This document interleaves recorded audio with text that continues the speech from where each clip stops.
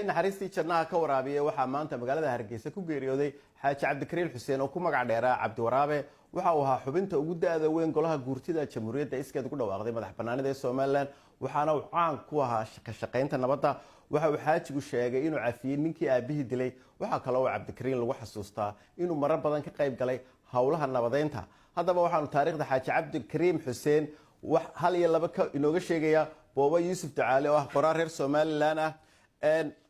Booba ku soo dhawo barnaamijka BBC-da maxaad nooga sheegi karaysaa Allah u naxariistay Xaaji Cabdi taariikhdiisa adigoo soo koobaya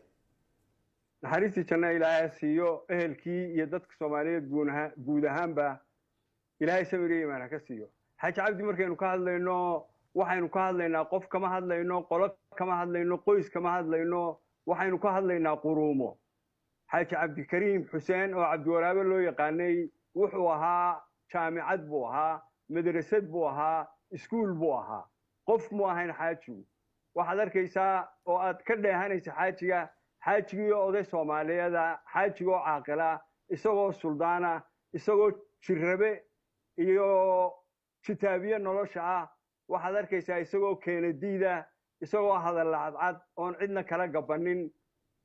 qaabka khudbadaha loo akhriyo ama hadalka loo tabiyo isagoo waxna reebin waxna dhimin ayuu dadka si wanaagsan ula hadli jiray marka imika haday arday Soomaaliyeed istiraada xaajiga ku qalin jabiya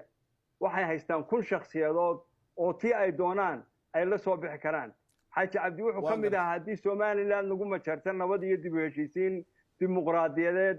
iyo geedi socod dimuqraadiyadeed xaaji wuxuu ahaa farshaxanadii fanka iyo sida quruxda badan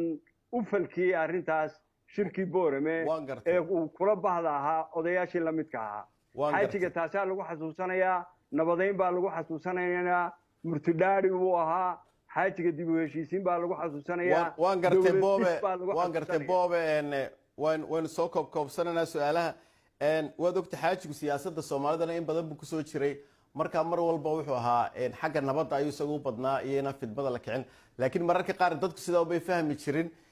xaajiga maxaad nooga sheegi karaysaa qodob iyo laba go'aamadii adkaa ee uu qaatay xaajigu nabadgelyada ahaa iyo wanaagga ummadda xaajigu waa tii aad marka hore soo sheegtay horta waa ninka isagoo da'daasa oo yaraa ninkii aabihii dilay loo diray si uu uga soo argoosto ee uga soo noqday nabad halkaasuu kaga soo dhaqaaquu kaga soo bilaabay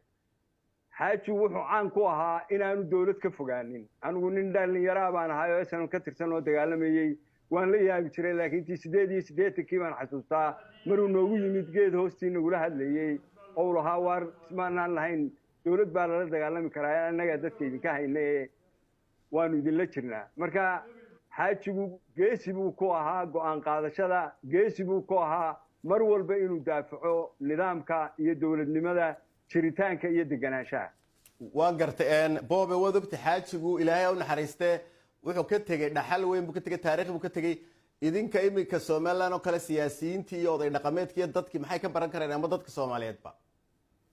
waxaan ku idhi jaamicad buu ahaayo iskuul buu ahaayo ninba meeshuu doonu ka qabsanaya xaajigu ma ahayn qof intuu qof qaato oo oranaya waxbaan ka qoraya